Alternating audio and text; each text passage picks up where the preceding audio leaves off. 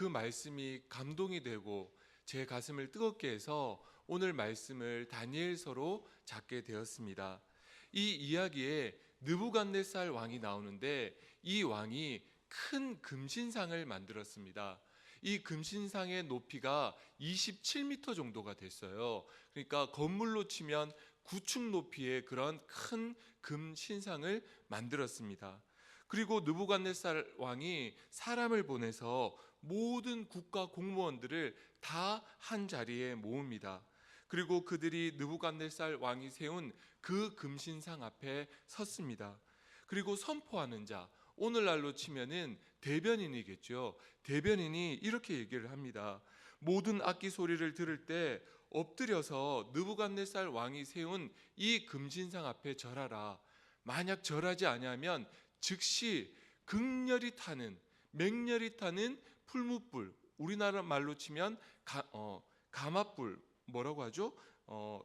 그 큰 불가마, 불가마에 집어 넣으리라, 죽이리라, 그렇게 얘기를 했습니다. 그러자 모든 백성들이 악기 소리가 나자마자 즉시 곧바로 느부갓네살 왕이 세운 금신상 앞에 엎드려서 절을 합니다. 그때 어떤 한 갈대아 사람들이 나와서 느부갓네살 왕에게 일러 바칩니다. 왕이여, 왕이여, 누구든지 엎드려서 절하지 아니하는 자는 왕께서 극렬히 타는 그 풀무불 가운데서 던져 죽이겠다고 하지 않았습니까? 그런데 유다 사람 사드락과 메삭과 아벳느고는 왕이 세우신 그 바벨론 지방을 다스리게 한 자인데 그들이 왕의 신들을 섬기지도 아니하고 또 왕이 세운 금신상에 절하지 않고 있습니다 라면서 일러 바쳤어요. 느부갓네살 왕이 그 얘기를 듣고 너무나 분하고 화가 나서 사드락과 메삭과 아벳느고를 당장 내 앞으로 끌고 오너라 라고 명령을 했습니다. 그리고 느부갓네살 왕이 이 친구들에게 묻습니다. 사드락과 메삭과 아벳느고야, 너희가 내 신을 섬기지 아니하고 또 내가 세운 금신상에 절하지 아니한다는 얘기를 내가 들었다. 그게 사실이냐? 이제라도 엎드려서 절하면 좋겠다. 그런데 너희가 만일 절하지 아니하면 즉시 맹렬히 타는 풀무불 가운데 던져 넣을 것이다. 능히 너희를 내 손에서 건져낼 신이 있겠느냐라고 질문을 합니다. 그때 사드락과 메삭과 아벳느고가 왕에게 대답합니다. 느부갓네살 왕이여, 우리가 이 일에 대하여 왕에게 대답할 필요가 없습니다. 우리가 섬기는 하나님께서 우리를 맹렬히 타는 풀무불 가운데서도 능히 건져내시겠고 왕의 손에서도 건져내실 것입니다 라는 담대한 신앙의 고백을 합니다. 그리고 18절 말씀에 그리 아니하실지라도 왕이시여, 우리가 왕의 신들을 섬기지도 아니하고 왕이 세우신 금신상에게 절하지도 않겠습니다라고 고백을 합니다. 우리 18절 말씀을 한 목소리로 한번 읽어볼까요? 시작.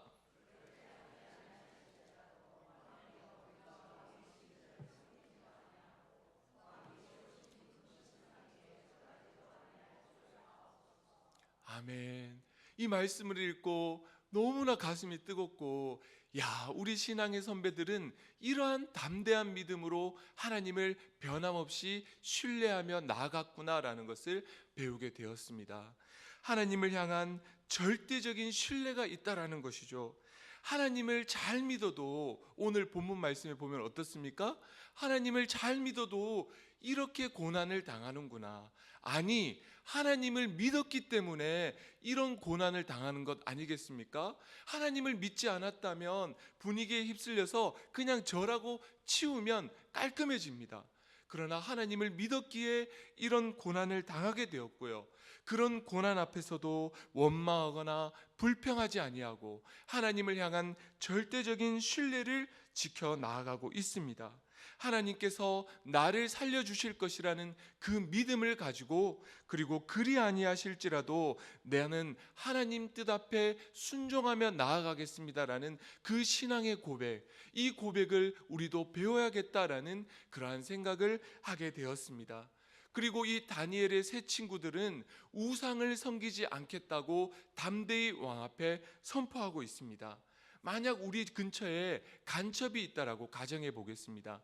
간첩이 있는데 인민군 복장을 하고 북한 말을 쓰고 그렇게 할까요? 그렇게 하지 않습니다. 간첩이라면 양복을 입고 서울말을 쓰고 가장 우리나라 사람처럼, 대한민국 사람처럼 보이려고 애를 쓸 것입니다. 우상도 그렇습니다. 나 우상이요 라고 말하지 않는 것이죠. 가장 매력적이고 가장 아름답고 가장 친근하게 우리에게 다가온다라는 것이죠. 사드락과 메삭과 아벳느고가 우상을 거절했듯이 오늘 이 시대에 우리가 거절해야 될 우상은 무엇이겠냐라는 것입니다.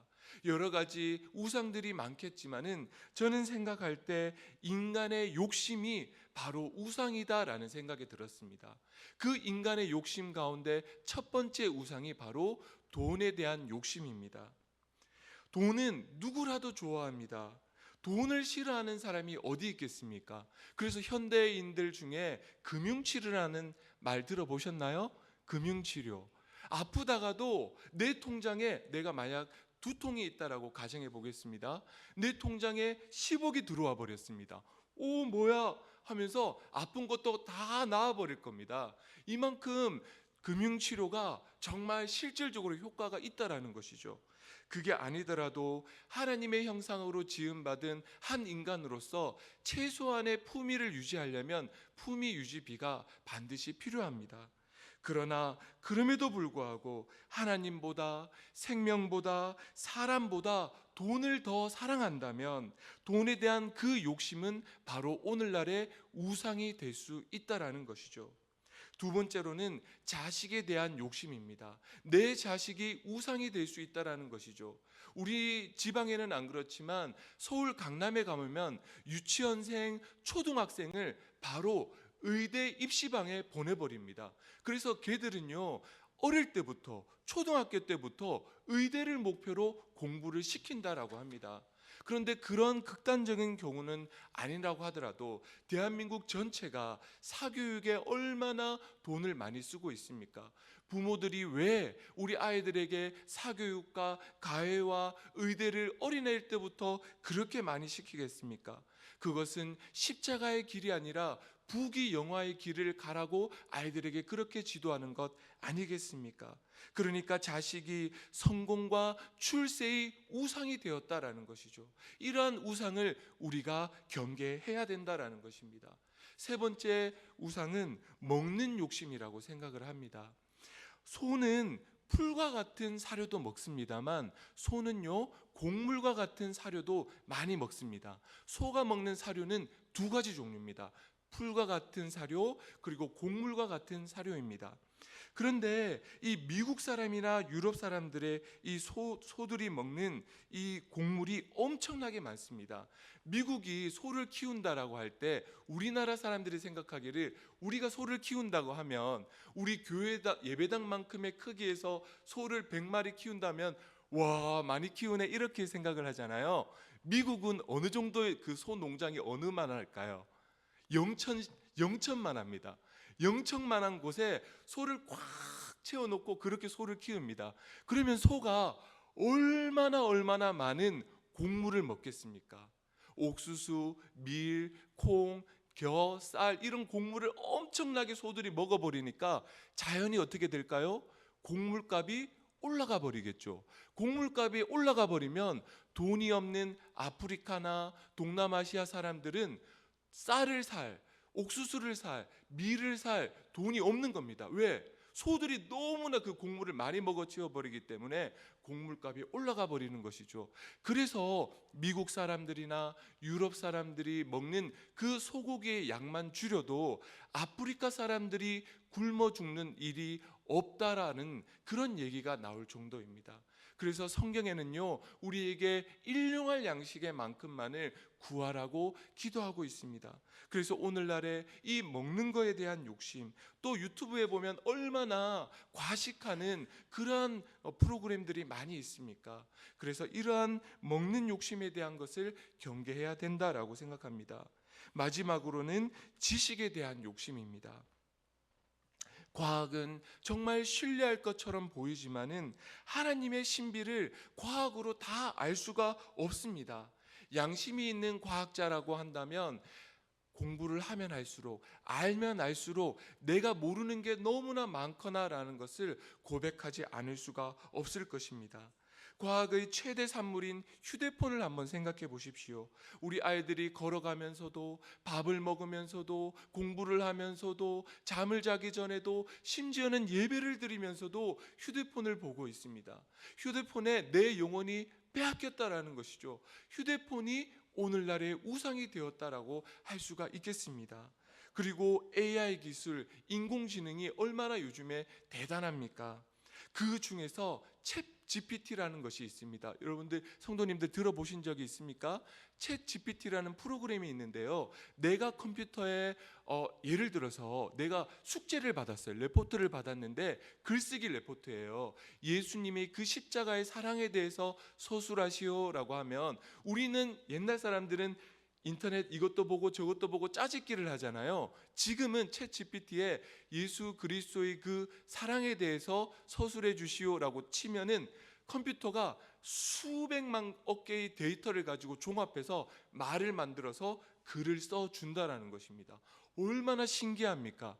그런데 두 컴퓨터와 사람이 있다라고 생각해 보겠습니다. 챗 GPT에게 예수님의 사랑에 대해 써보세요라고 했을 때 얼마나 글을 잘 쓰겠습니까? 그런데 할머니 권사님한테 예수님의 사랑에 대해서 써보세요 하면 비록 글은 투박하고 잘 못 쓴다 할지라도 무슨 차이점이 있나요? 여기에는 진실한 체험과 예수님을 향한 진실한 마음이 있고요, 챗 GPT 인공지능에는 예수님에 대한 실질적인 사랑이 없는 빈 껍질이라는 것입니다. 그러니까 오늘날 우리가 맹신하고 있는 과학이라는 것도 얼마나 우리가 경계해야 되고, 하나님의 사랑과 그것을 실질적으로 담을 수 없다라는 것을 우리가 알 수 있어야 된다라는 것이죠. 저는 다니엘서를 읽으면서 오늘날의 우상 숭배를 거절해야 된다라고 생각합니다. 여기에 나온 것뿐만이 아니라 다 사람마다 다를 것입니다. 하나님보다 내가 더 사랑하는 것들에 대해서 그것을 거절하며, 또 고난 가운데서도 변함없이 하나님을 신뢰하는 우리 성도님들이 다 되기를 소망합니다. 아멘. 하나님 아버지, 오늘날 저희들 하나님보다 더 사랑하는 그러한 우상들을 거절하며 살아갈 수 있게 하여 주시고, 고난 가운데서도 변함없이 하나님을 신뢰하는 우리가 될 수 있도록 은혜 베풀어 주시옵소서. 예수님의 이름으로 기도드립니다. 아멘.